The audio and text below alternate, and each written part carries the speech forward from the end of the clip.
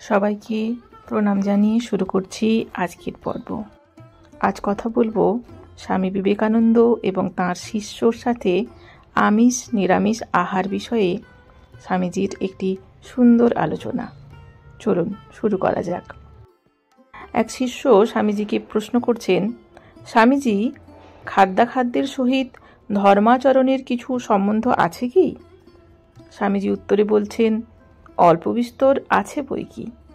এবার শিষ্য প্রশ্ন করছেন, মাছ মাংস খাওয়া উচিত এবং আবশ্যক কি? স্বামীজি কি সুন্দর উত্তর দিয়েছেন, খুব খাবি বাবা, তাতে যা পাপ হবে তা আমার। তোদের দেশের লোকগুলোর দিকে একবার চেয়ে দেখ দেখি, মুখে মলিনতার ছায়া, বুকে সাহস ও উদ্যম শূন্যতা, পেটটি বড়, হাতে পায়ে বল নেই, ভীরু ও কাপুরুষ। এবার শিষ্য উত্তরে কি বলছেন?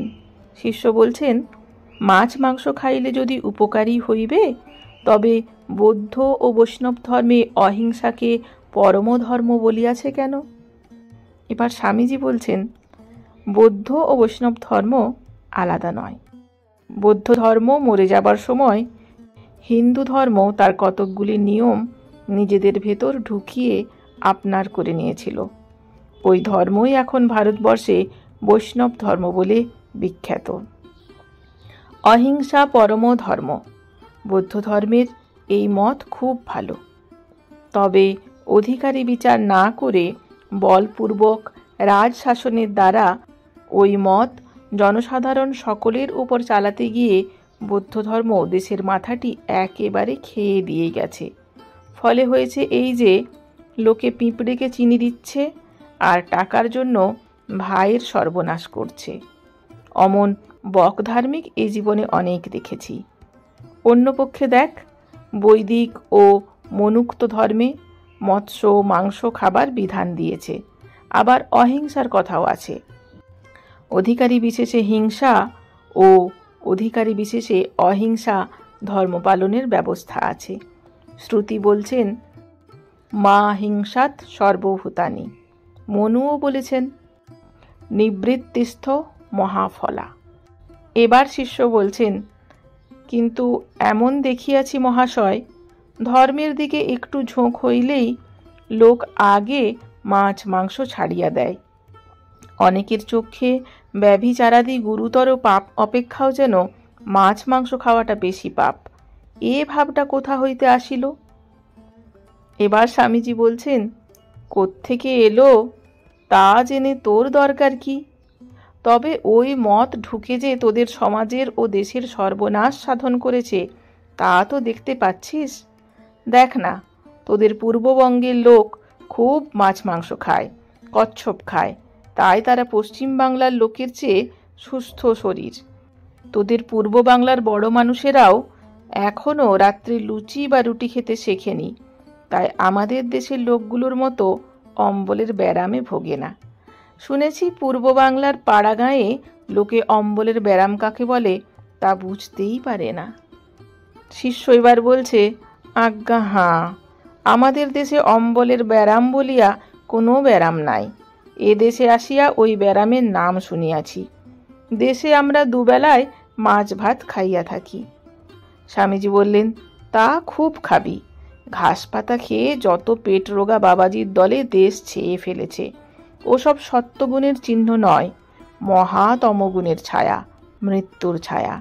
সত্যগুণের চিহ্ন হচ্ছে মুখে উজ্জ্বলতা, হৃদয়ে অদম্য উৎসাহ, প্রচণ্ড কর্মতৎপরতা, আর তমগুণের লক্ষণ হচ্ছে আলস্য, জড়তা, মোহ, নিদ্রা, এইসব। এবার শিষ্য বলছেন, কিন্তু মহাশয়, মাছ মাংসে তো রজগুণ বাড়ায়।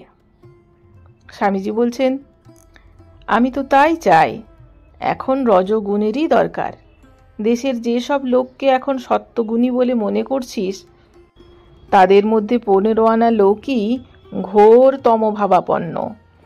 1 আনা লোক সত্যগুণী মেলে তো ঢের। এখন চাই প্রবল রজগুণের তাণ্ডব উদ্দীপনা।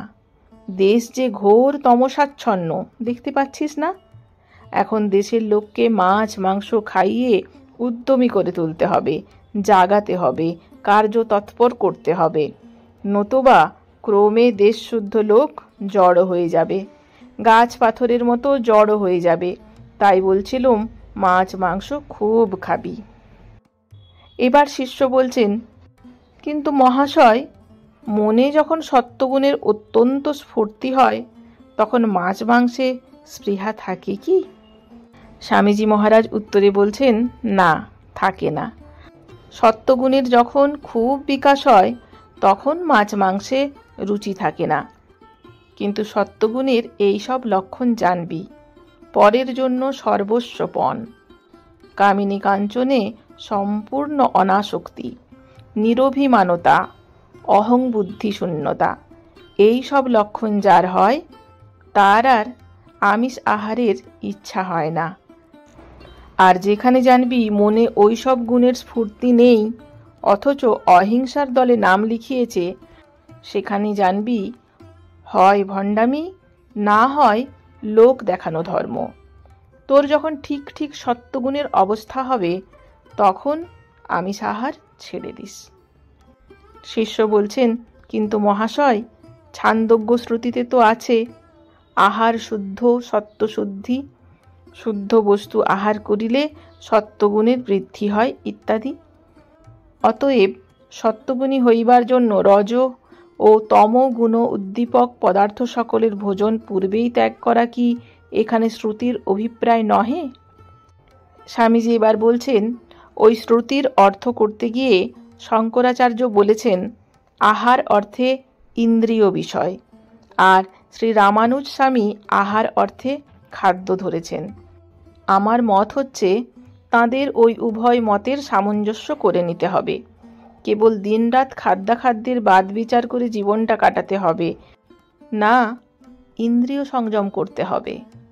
ইন্দ্রিয় সংযমের জন্যই ভালো মন্দ খাদ্যাখাদ্যের অল্প বিস্তার করতে হবে। শাস্ত্র বলেন খাদ্য ত্রিবিধ দোষে দুষ্ট ও পরিত্যাজ্য হয়। 1. জাতি দুষ্ট, যেমন পেঁয়াজ রসুন ইত্যাদি। 2. নিমিত্ত দুষ্ট, যেমন ময়রার দোকানের খাবার, 10 গন্ডা মাছি মরে পড়ে রয়েছে, রাস্তার ধুলো কত উড়ে পড়ছে। আর 3. আশ্রয় দুষ্ট, যেমন অসৎ লোকের দ্বারা স্পৃষ্ট অন্নাদি। খাদ্য জাতি দুষ্ট ও নিমিত্ত দুষ্ট হয়েছে কি না তা সকল সময়ই খুব নজর রাখতে হয়। কিন্তু এদেশে ওই দিকে নজর একেবারেই উঠে গেছে। কেবল শেষোক্ত দোষটি, যা যোগী ভিন্ন অন্য কেউ প্রায় বুঝতেই পারে না, তা নিয়েই যত লাঠালাঠি চলছে।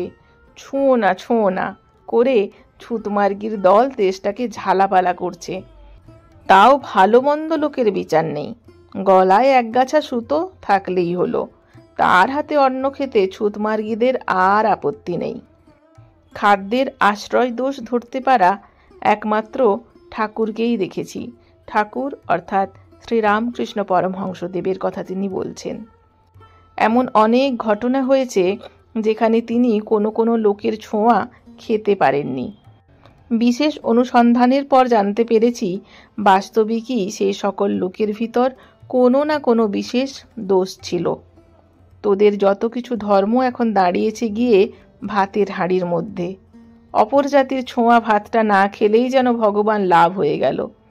শাস্ত্রের মহান সত্য সকল ছেড়ে কেবল খোসা নিয়েই মারামারি চলছে। জয় ঠাকুর, জয় মা, জয় স্বামীজি। তথ্যসূত্র স্বামী শিষ্য সংবাদ, স্থান বেলুড় মঠ, নির্মাণকাল 1898।